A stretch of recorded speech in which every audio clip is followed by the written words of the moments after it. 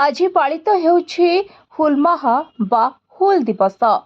भारतर आदिवासी इतिहास रे एही दिनटी गौरव संग्राम और बलिदान प्रतीक भावे परिचित। 1855 मसीहा जून 30 तारिख में झारखंड भोगनाड़ीह गाँव सिदो मुर्मू और कान्हू मुर्मू नेतृत्व में आरंभ होइथिला ऐतिहासिक सांताल हुल विद्रोह।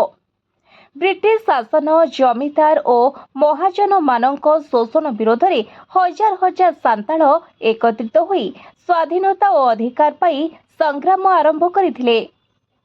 सेही समय आदिवासी मानक जमी छड़ाई निया जाउथिला, अत्यधिक कर आदाय करा जाउथिला एवं महाजन मानक अत्याचार दिनकु दिन बढ़ी चलिला। एही अन्याय विरोध में सांताल माने अस्त्र धरी निज अधिकार और स्वाभिमान पाई लड़ी आरंभ करथिले। एही आंदोलनर मूल स्लोगान थिला आबुआ राज आबुआ दिसोम, अर्थात आमर शासन आमर देश।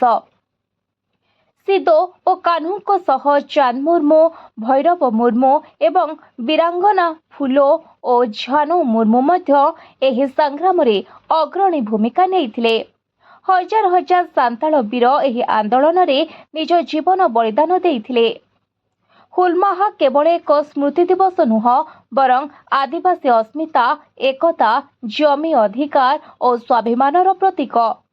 एही दिन झारखंड, ओडिशा, पश्चिमबंग समेत देशर विभिन्न स्थान रे शहीद वीर माननकु श्रद्धांजलि जणाଯାଏ।